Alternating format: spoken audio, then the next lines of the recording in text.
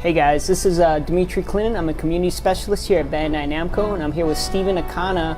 He's a brand manager for Ni no Kuni 2, and we are checking out the Ni no Kuni 2 Revenant Kingdom demo that appeared at E3.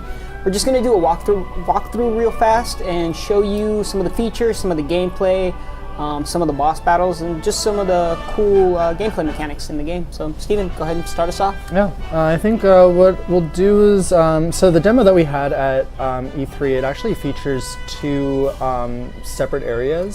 For the demo, we really wanted to give people a chance to really just jump straight into the action.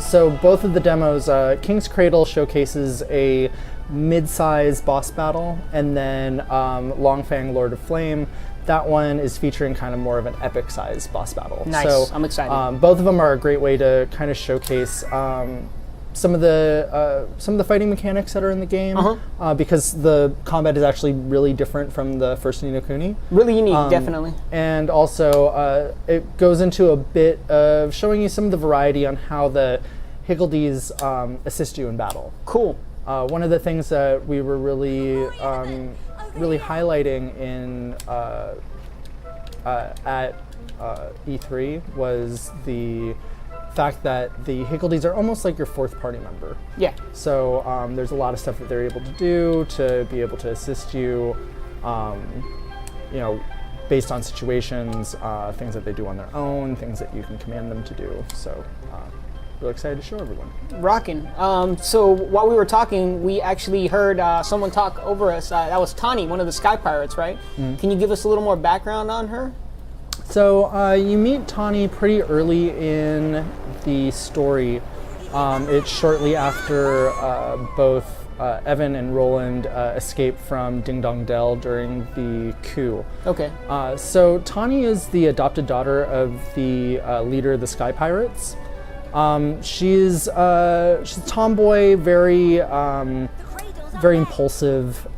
She is a person of action that is all about, like, you know, you will prove who you are by showcasing who you are by what you do. Got it. So in the story, Tani is along with Roland, they're both really supporting Evan in his journey to become king again. And in this section, they're actually going to an area where they're going to be able to make a contract with their Kingsmaker. Okay. And what's a Kingsmaker?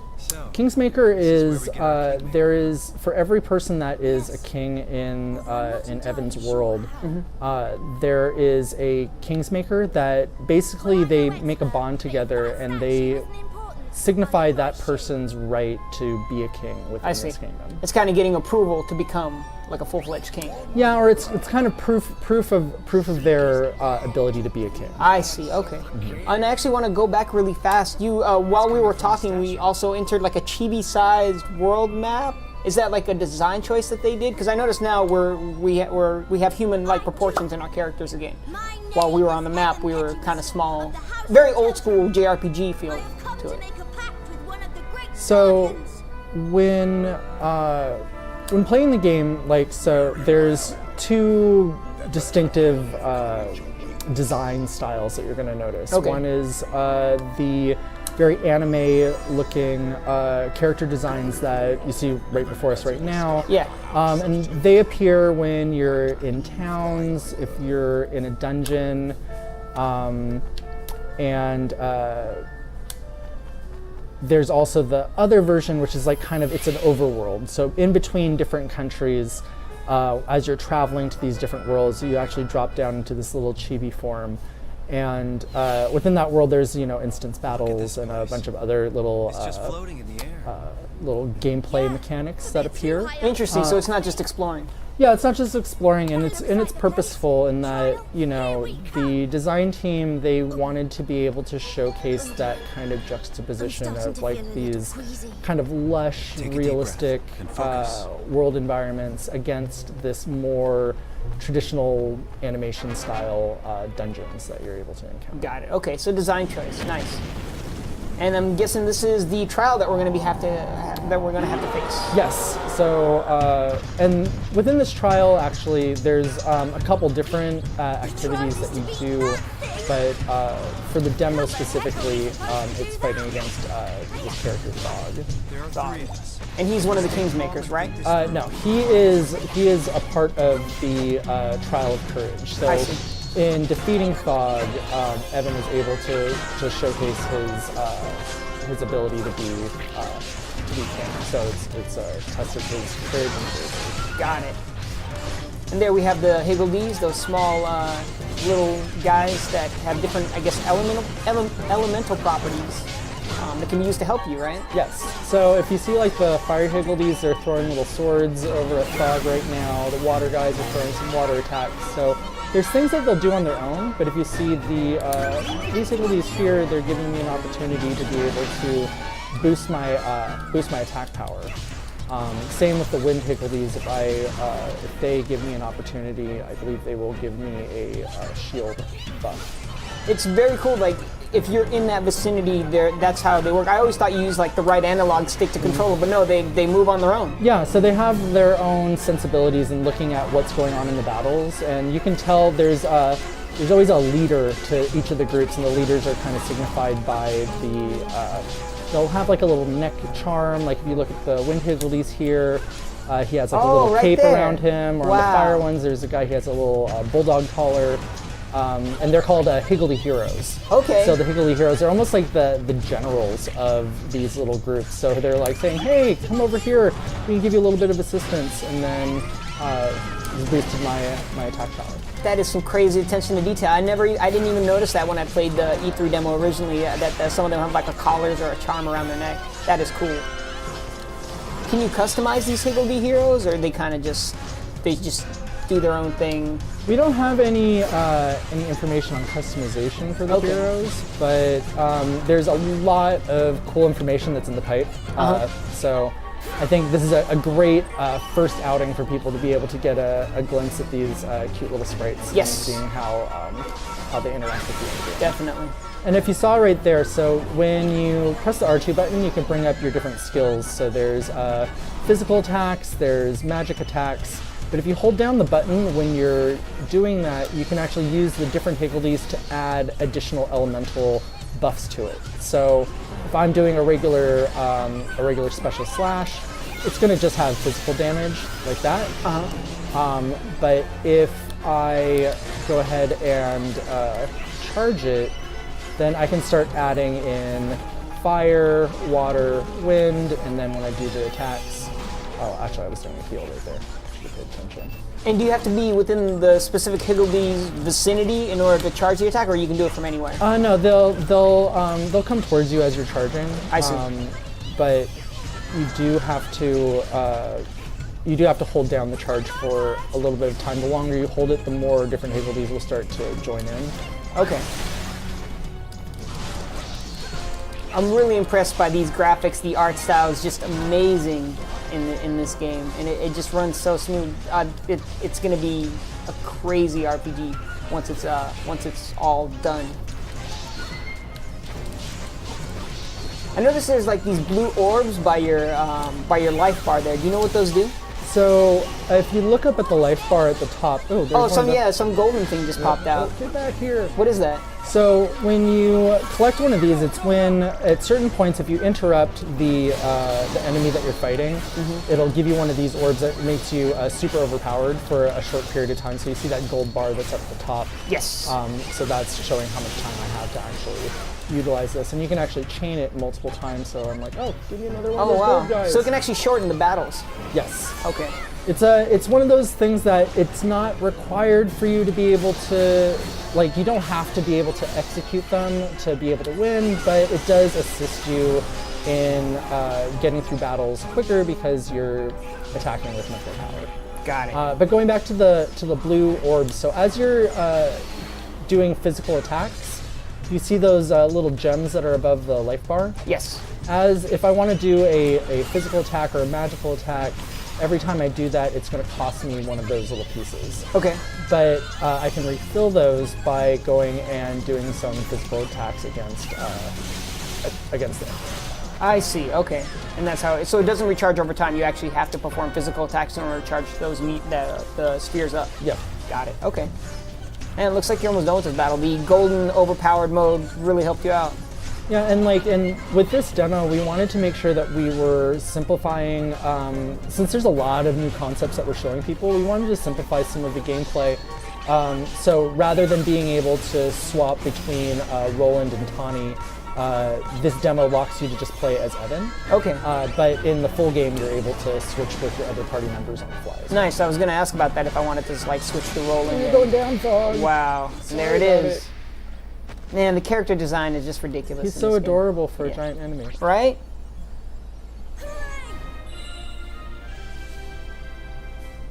Mission clear. All right, one down, one to go. We did it, Evan. We beat that horrible. That horrible lump. He's not that horrible. I know, right? He's very cute. And if we pass the trial. So there we see that means Roland. you'll get your Can you tell us a little bit more about Roland? So Roland comes from a completely different world. He ends up showing up in Evan's world kind of during the commotion of the coup that's occurring in Ding Dong Dell. You've earned the right to And Roland in his own world, he's much older. He's probably in his mid 40s, late 40s. So he And- appears younger when he's Yeah, he in- comes over to this world. He's strangely, he's much younger, and he in his own world is a president of his own country. That So- might help Evan out a that- little bit. It's kind of why he decided to stay in Evan's world, is that he sees a lot of himself in Evan and sees that, Evan has a lot of potential to be a great leader. So Okay. he decides that he's going to stay in Evan's world and help mentor and groom him to become a king. Gotcha. And that's a big theme throughout Ni no Kuni 2, is that your story, in this case Evan, but the idea that your story is crafted by the bonds and connections of all those that are around you, whether positive or negative. So when you have there's some villainous characters like Otto Mausinger. There's positive characters like Auntie Martha and the Higgledies. There's all Batu. there's all these different characters that will really shape Evan as he grows to become a king. I see. So it sounds like it's a coming of age story for him. Exactly. Now, what it takes to become a king, a good king. Got it. All right, on to the next one, Longfang. I'm excited for this one. I've seen the opening cutscene. It looks amazing. I think we should just sit back and let people enjoy it. Yeah, this takes place in an area that right after Evan makes his king's bond with his kingmaker, Lofty, right? Lofty. They end up traveling to this country called Goldpath. And in this world, there's it's a casino town, and that's Longfang. He's the guardian or the kingmaker for that country. I see. Okay. And for some reason, he starts acting very aggressive towards Evan and his party. They believe that something nefarious is going on, so they end up having to take him on in an epic battle in a volcano. I saw that thing at the bottom: Butcher, Baker, Kingmaker. What is that? Is that just his titles? It's kind of just that, for people who've played the first Ni no Kuni, they'll be happy to know that the team that was involved in the localization of the first game is also heavily involved in this one. So a lot of the nuance that they give to the localization is it's very similar and has that element of, even though nostalgia you usually don't say for games that are, I would say wittiness. Yeah, no, I mean it's something that's very unique to Ni no Kuni itself. Definitely. And there we see Lofty at the bottom of the screen. He's giving Evan advice, or Yeah, he's a part of the party, so he ends up acting a bit as a you can almost think like a Jiminy Cricket. Like he's a bit of a comic relief. He does a bit of story narration and gives a bit of guidance to some of the elements that otherwise wouldn't really be described to you in the story.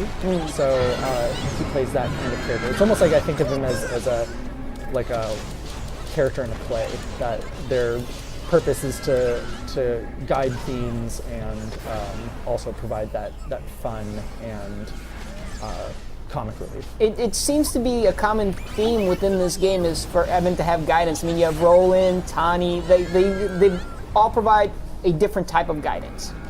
It's really interesting to see that. And that's an interesting accent Lofty has.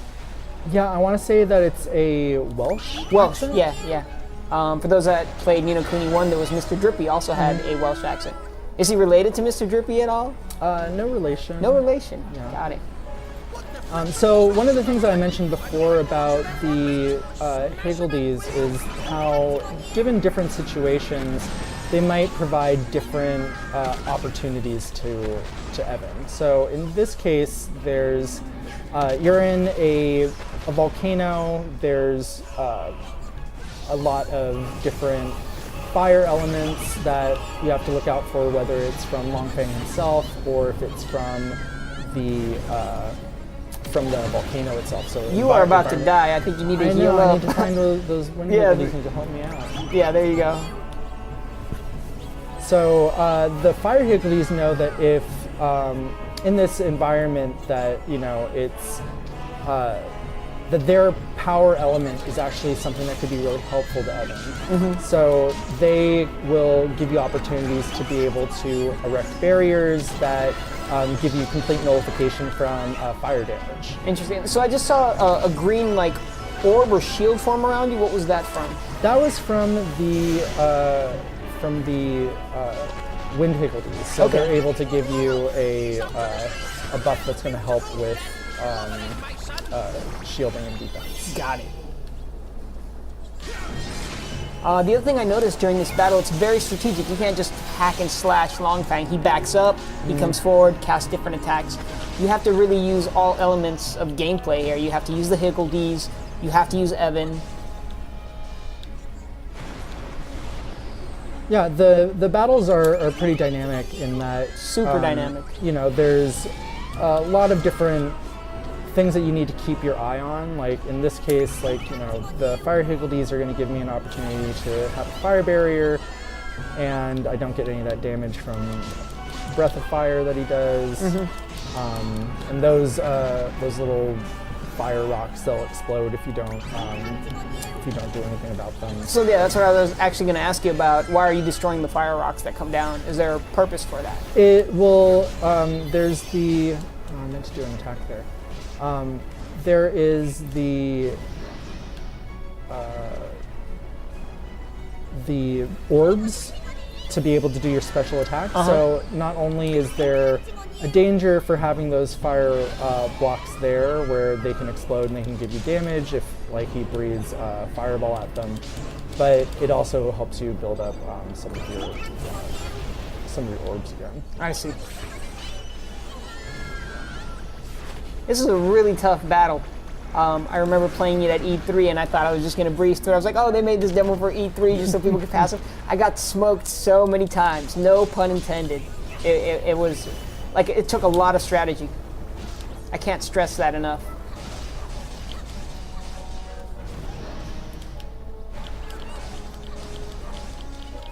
And with the real-time battle system also comes a lot of more different moves. You're able to jump now during combat. You're able to roll.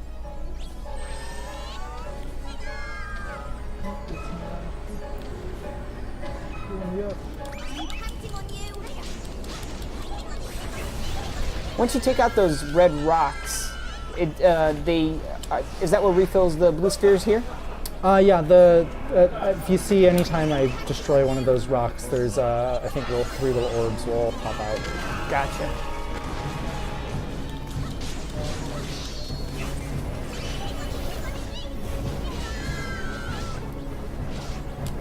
So I'm guessing once you defeat Longfang, and I don't know if you can really go into this, does he, start helping you out? Is he vital to the story? You're just gonna have to get the game And find out. Yep, I figured exactly. that's the answer you'd give me. Fair enough. There's obviously a reason for fighting him, so I'm sure we'll find out down the line. Can you talk about like how many different Higgledies are we going to get? Are we going to see more than what we see here?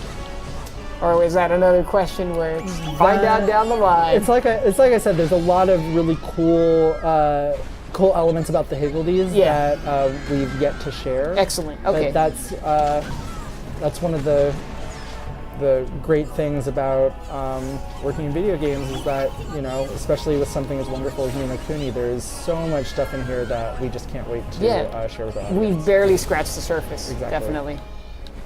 Longfang's design, is that like he looks like one of those Chinese dragons, like a dog, a lion? Yeah. Lion, I think it's a lion. It's kind of lion, kind of dog. Definitely a dragon. Mm-hmm.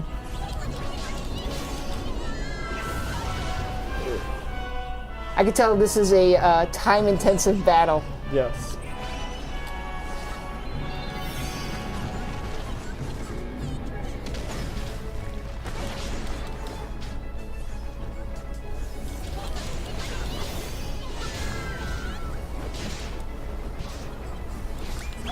One other thing I've noticed is each of the characters have different weapons.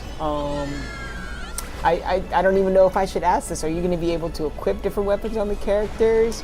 I'm pretty sure I answered my own question, and we'll find out later on. But I did notice that in the demo that they all have different weapons. No, and it's true that they have different weapons. There's different. Roland has he has a long sword. He also has a gun that he's able to use. Right, I did see that in the cutscene. That's what I was actually heading towards, was the fact that Roland, he uses a sword, but I've seen him in a cutscene with a gun, with a strap. So that's really interesting, bringing a gun into this world.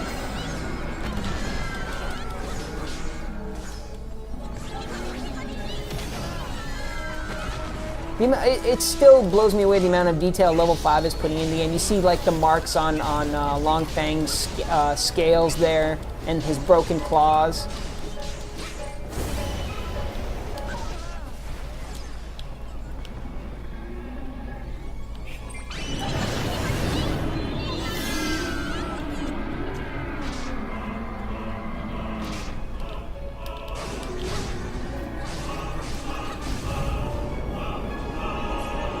And even when Longfang's at a distance, you're still able to cast spells and attack him. Yeah, you have magical spells that you're able to utilize, and with those as well, like same with your other attacks, you're able to charge them, throw multiple attacks in his direction. Would you say Evan's more cat or more person? He is half and half. Half and half, okay. Does his race have a name? Or is it just cat people? I want to say it's cat folk. Cat folk, I think I've heard that, yeah. You really dig in Roland's hairstyle with the ponytail. He's bringing it back. You don't see it too often, but he works it with the suit. I like that.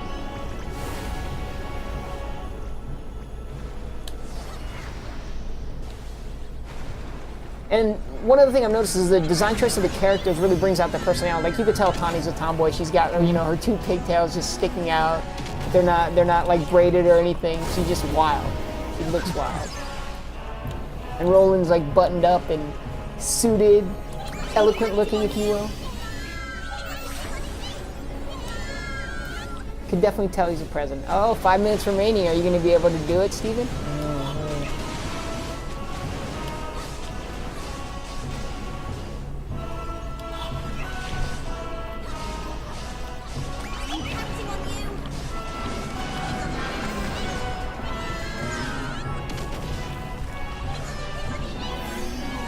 If you don't hear me talking, it's because I'm trying to let Steven focus on the last part of the battle. Like I said, it gets really tough, and it's hard for him to focus and talk to me at the same time. I'm trying to just see like all of the different areas I need to be looking out for. Look at those. Yeah, like I said, these battles, especially an epic one, or one as big as this, there's a lot going on. He's got to dodge the stones. Help me, Higgledies, help me. He's got to ask the Higgledies for help. And he's also got to listen to me talk about Roland's hairstyle. So there's a lot going on for Steven. I really respect the work that he's doing right now. It takes a lot. Well, that's the cool thing with this, you know, with the different spells that you're able to cast. Like, you know, I can keep track of my own health and I can heal on my own. It's just making sure that I'm, again, keeping track of all those different things that can be going on at one time. Got it. Even during the cutscene, you're able to attack him. That is interesting.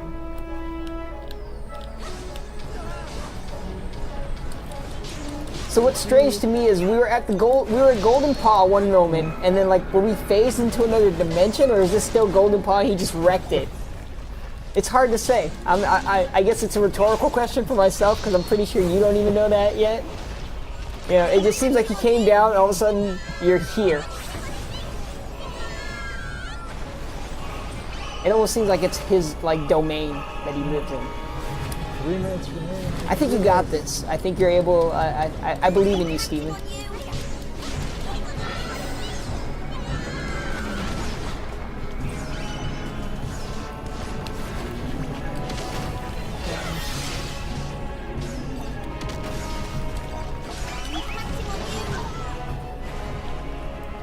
So yeah, we're just having Steven finish this up.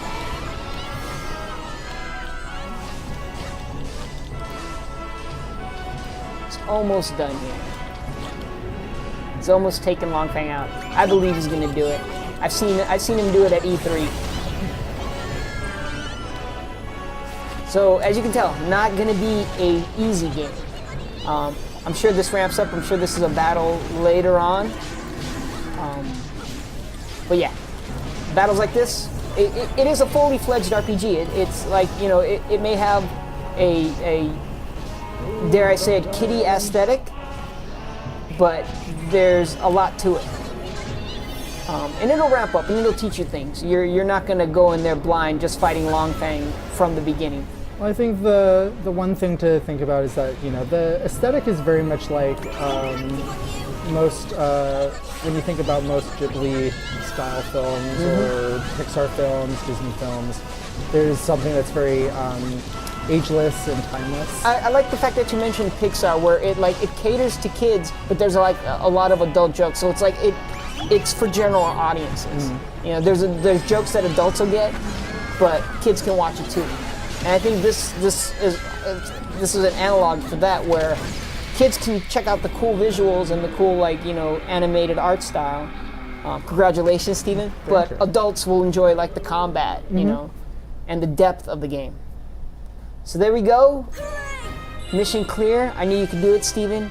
I had faith in you.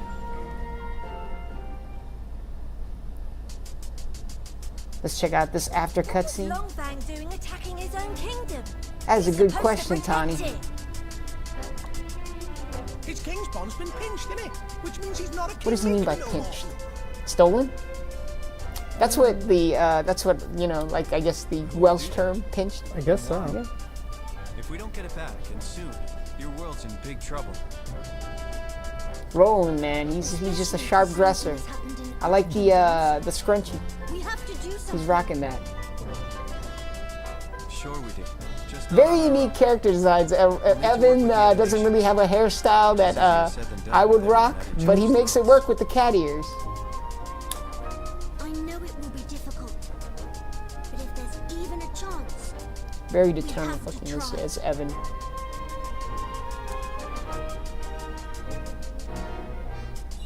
So that's it. Ni no Kuni 2, we just announced a new date. January 19th is when it's coming now. It's coming to PlayStation 4 and Steam, PC via Steam. We're going to have more details as the game's coming along. We're going to try and get more playthroughs. I hope you guys enjoyed this one. Steven, thanks again once again for joining me. It was awesome having you on. I'm glad you were the one playing and I wasn't. You passed all the trials here today. So yeah, thanks again guys for joining us, and look forward to more Ni no Kuni 2 Revenant Kingdom content as we get closer to the release date. Bye!